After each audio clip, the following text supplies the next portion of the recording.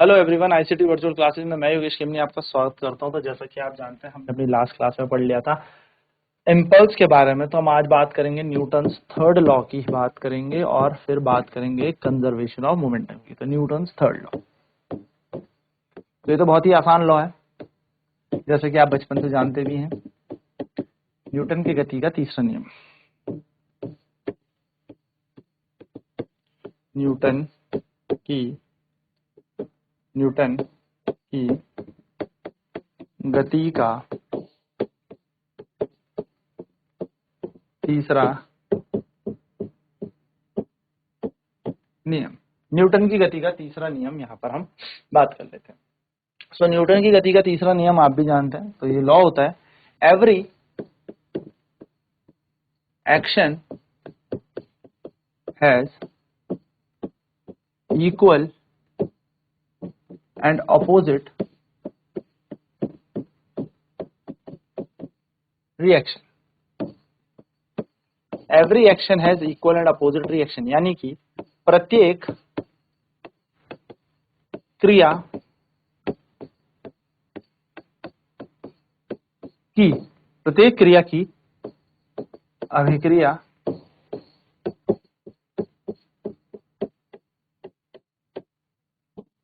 प्रत्येक क्रिया की एक समान व विपरीत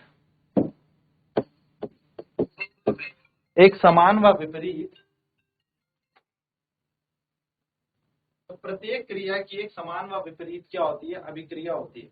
ठीक है, तो प्रत्येक क्रिया की एक समान व विपरीत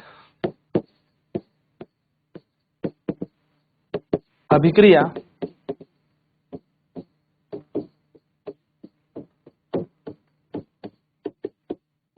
होती है, यानी कि हर एक का इक्वल एंड अपोजिट रिएक्शन है, हर एक एक्शन का।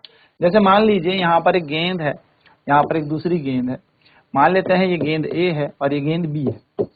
तो जब ये आपस में टकराएंगी, ये तो बिफोर कोलिजन की कहानी है, टकराने से पहले ए और बी आपस में टकराएंगी, तो टकराते वक्त एफ ए बी एक बल लगेगा, यानी कि force on body A due to body B, यानी कि ए वस्तु पर बी वस्तु द्वारा बल। और अगर मैं बात करूं एफ बी ए, तो वो हो जाएगा force on body B due to body ए,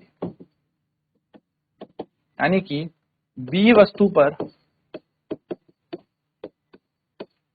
ए वस्तु द्वारा बल। तो ये दोनों जो बल होंगे एफ ए बी, वो इक्वल होगा एफ बी ए के, वो भी माइनस के साथ। माइनस का मतलब क्यों? क्योंकि यहाँ पर अपोजिट लग रहा है ना, विपरीत लग रहा है। चलिए फटाफट नोट करेंगे, फिर बढ़ते हैं आगे की तरफ।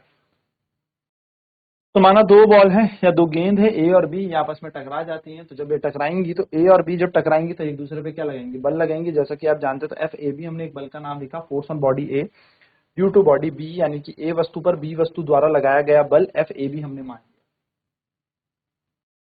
वहीं पर अगर एफ बी ए की बात करूं, तो force on body B due to body A, यानी कि बी वस्तु पर ए द्वारा लगाया गया बल, है ना। तो बी वस्तु पर ए वस्तु द्वारा बल, तो एफ ए बी हमने नाम रख दिया, एफ बी ए हमने इसका नाम रख दिया। तो ये दोनों के दोनों बल जो होंगे न्यूटन थर्ड लॉ के हिसाब से एक दूसरे के अपोजिट होंगे और विपरीत होंगे। ठीक है, चलिए नाउ यहाँ पर बात करते हैं नेक्स्ट इंपॉर्टेंट टॉपिक, जिसका नाम है कंजर्वेशन ऑफ मोमेंटम, यानी कि संवेग संरक्षण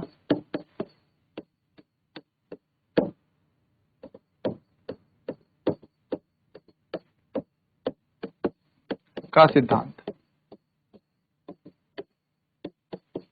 संवेग संरक्षण का सिद्धांत क्या है? ठीक है, तो संवेग कैसे संरक्षित होता है, क्या इसका सिद्धांत है, इस पर हम बात कर लेते हैं।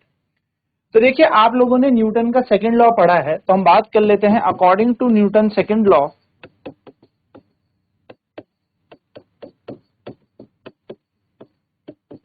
According to Newton second law, यानी कि न्यूटन के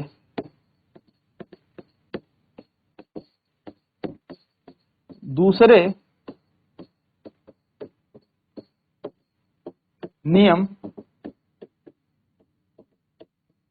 अनुसार, न्यूटन के दूसरे नियम अनुसार हमें पता है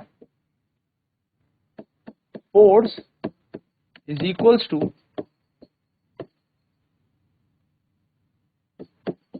rate of change of momentum, यानी कि बल जो है वो संवेग संरक्षण के दर के समान है, यानी कि संवेग संरक्षण की दर बल के समान होती है ना। तो बल बराबर क्या होता है, डेल्टा पी अपॉन में डेल्टा टी। यह हमारे पास क्या है, न्यूटन का सेकंड लॉ। और बेसिकली ये फोर्स एक्सटर्नल की बात होती है, बाहरी बल की बात हो रही है। अब यदि किसी कारण में अगर मैं बात करूं, if there is no external force applied on the body,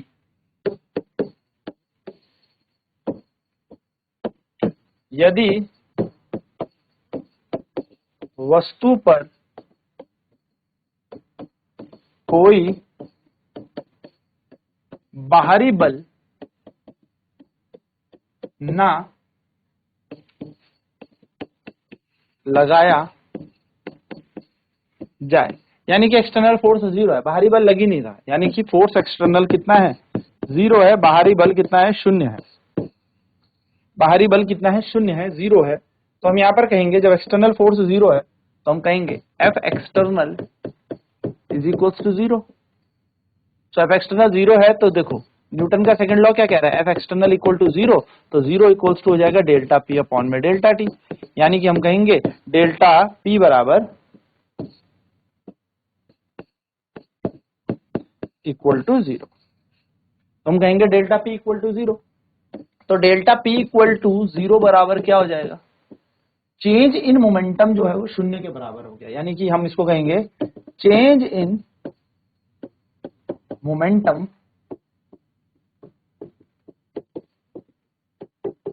is zero. Change in momentum is zero, यानी कि संवेग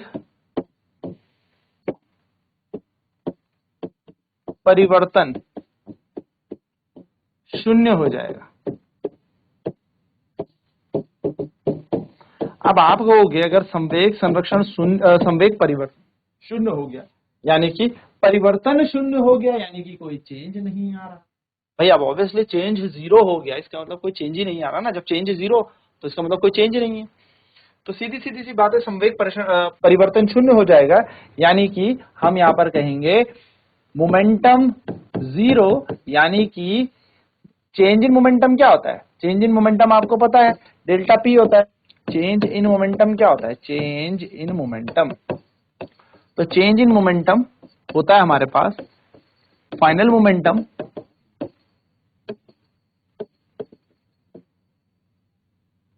माइनस इनिशियल मोमेंटम, है ना। क्या होता है, संवेग में परिवर्तन क्या होता है आपका, तो संवेग में परिवर्तन होता है आपका अंतिम संवेग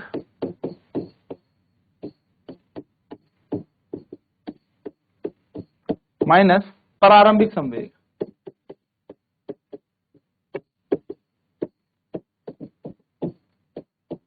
अंतिम संवेग माइनस प्रारंभिक संवेग, ठीक है। चलिए फटाफट से नोट करेंगे इसे। Law of conservation of momentum, force is equal to rate of change of momentum, संवेग संरक्षण की दर बल के समान होती है। तो F external is equal to delta P upon delta T होगा। तो if there is no external force, यदि कोई बाहरी बल लग ही नहीं रहा, जब यहाँ बाहरी बल नहीं लगेगा, तो यदि कोई वस्तु पर बाहरी बल ही नहीं लग रहा, तो फोर्स एक्सटर्नल कितना हो जाएगा, शून्य हो जाएगा, जीरो हो जाएगा बाहरी बल। संवेग संरक्षण की दर बल के समान होती है। तो F external is equal to delta P by delta T. So if there is no external force, अब आपने कोई बाहरी बल ही नहीं लगाया, तो अगर आपने बाहरी बल नहीं लगाया, यदि वस्तु पर कोई बाहरी बल ना लगे या लगाया जाए, तो फोर्स एक्सटर्नल कितना हो जाएगा, जीरो हो जाएगा, तो बाहरी बल शून्य हो जाएगा। अब इसको ऐसे उदाहरण के तौर पर समझिए कि जैसे मान लो ये कोई बॉल है, अब ये बॉल जो है मान लो चल रही है यू वेग से, चलती जा रही है, चलती जा रही है, चलती जा रही है। अब मैं इस पे कोई फोर्स ही ना लगाऊं, तो आपने फोर्स के इफेक्ट पढ़े थे, आपने बल के प्रभाव पढ़े हैं। यदि बल लगाया जाएगा, तभी बल लगाने से किसी वस्तु की क्या होती है, चाल में परिवर्तन आता है ना। चाल में परिवर्तन कब आएगा, जब आप फोर्स लगाओगे। तो अब आपने फोर्स लगाया, अब आपने फोर्स लगाया, तभी तो इसकी वेलोसिटी एफ वी से यू से वी हो गई, चेंज हो जाएगी ना, यू से वी हो गई। तो आपने जब बल लगाया तभी तो इसका वेग बदला, तो जब आप इस पे बल लगाएंगे तो इसका वेग बदलेगा। अब अगर मैं यहाँ पर बात करूं कि अगर यहाँ पर फोर्स एक्सटर्नल जीरो हो जाएगा, यानी कि बाहरी बल ही जीरो हो जाएगा, तो इसका वेग क्यों बदलेगा भाई, क्योंकि बाहर से तो कोई बल लग ही नहीं रहा, तो इसका जो वेग है वो कितना रहेगा, यू का यू ही रहेगा। इसके वेग में परिवर्तन तो आएगा ही नहीं, क्योंकि आपने यहाँ पर बल नहीं लगाया। उदाहरण के तौर पर जैसे ये सामने मेरे कोई वस्तु पड़ी, अब मैं इस पे बल ना लगाऊं तो क्या ये चलनी पड़ेगी, क्या ये मोशन करेगी, क्या ये गति करेगी, तो आपका जवाब होगा नहीं। यानी कि मोशन करने के लिए हमें पता है सबसे पहले हमें इस पे क्या लगाना पड़ेगा, बल लगाना। तो मोशन करने के लिए, गति देने के लिए या गति करवाने के लिए हमें क्या लगाना पड़ेगा, एक बल लगाना आवश्यक है। तो बल लगेगा तभी यहाँ पर गति होगी। यानी कि प्रारंभिक रूप में ये पड़ी कैसे थी, ये वस्तु अपने विराम अवस्था में थी, तो विराम अवस्था में ही थी। अब मैंने बल ही नहीं लगाया, अगर मैं यहाँ पर बल ही ना लगाऊं तो ये विराम की विराम पे नहीं रहेगी, रेस्ट की रेस्ट में रहेगी। ये क्यों चलेगी, तो ये बॉडी रेस्ट की रेस्ट में ही रहने वाली है, यदि मैं यहाँ पर कोई बल ना लगाऊं। तो इसका प्रारंभिक वेग भी शून्य था, अंतिम वेग भी शून्य ही होगा। लेकिन जैसे ही मैं यहाँ पर बल लगा दूं, जैसे ही मैं इस वस्तु पर फोर्स लगा दूं, इस बॉल पर फोर्स लगा दूं, तो जैसे ही मैं इस बॉल पर फोर्स लगाऊंगा, ये बॉल मोशन करने लगेगी, गति करने लगेगी। और जब ये बॉल गति करने लगेगी, तो मान लो इसके पास u वेग था, तो बल लगाने पर इसका वेग v हो जाएगा। यानी कि वेग में परिवर्तन, वेलोसिटी चेंज कब आता है, तो वेलोसिटी चेंज, वेग में परिवर्तन कब आता है, वेग में परिवर्तन आता है जब आपके बल लगाया जाए, जब बल लगाया जाएगा। तो ये एक छोटी सी बात है, आपको ध्यान में रखनी, ठीक है। चलिए, तो आपने यहां पर क्या देखा, जब आपने बल ही नहीं लगाया, if there is no external force applied on the body, यदि वस्तु पर कोई बाहरी बल ना लगाया जाए, बाहरी बल है ही नहीं, वस्तु पर कोई बल ही नहीं लग रहा है बाहर से, तो फोर्स एक्सटर्नल जीरो हो जाएगा, बाहरी बल शून्य हो जाएगा। तो बाहरी बल शून्य हो गया, rate of change of momentum force के बराबर होता है, फोर्स जीरो, तो rate of change of momentum zero हो जाएगा। यानी कि संवेग के परिवर्तन की दर बल के बराबर है, और अगर बल ही जीरो हो जाएगा तो संवेग का परिवर्तन शून्य हो जाएगा, या आप कह सकते हैं संवेग परिवर्तन की दर शून्य हो जाएगी। चलिए फटाफट नोट करते हैं इस पॉइंट को।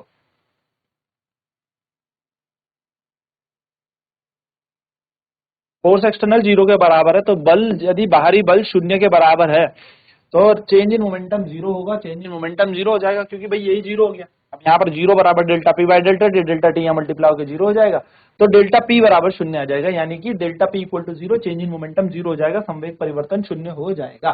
तो संवेग में परिवर्तन शून्य, यानी कि चेंज इन मोमेंटम जीरो हो गया। अब चेंज इन मोमेंटम मतलब संवेग ही नहीं बदल रहा, संवेग सेम है, समान है, यानी कि सेम टू सेम चल रहा है। यानी कि यहाँ पर हम क्या कहेंगे, चेंज इन मोमेंटम जीरो, यानी कि चेंज इन मोमेंटम होता है final momentum minus initial momentum, यानी कि संवेग में परिवर्तन होता है अंतिम संवेग माइनस प्रारंभिक संवेग। अब मैं कह रहा हूं चेंज इन मोमेंटम जीरो हो गया, तो हो जाएगा final momentum minus initial momentum. तो हम ये कह सकते हैं कि फाइनल और इनिशियल बराबर हो गया, यानी कि संवेग जो है कैसा है, समान है, संरक्षित है। यानी कि final momentum is equals to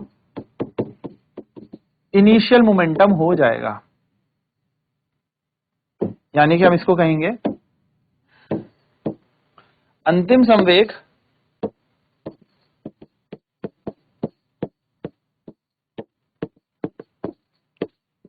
संवेग बराबर हो जाएगा प्रारंभिक संवेग के। अंतिम संवेग और प्रारंभिक संवेग क्या हो जाएगा, आपस में बराबर हो जाएगा। तो हम कहेंगे कि यहां पर मोमेंटम कंजर्व्ड हो गया, हेंस मोमेंटम इज कंजर्व्ड।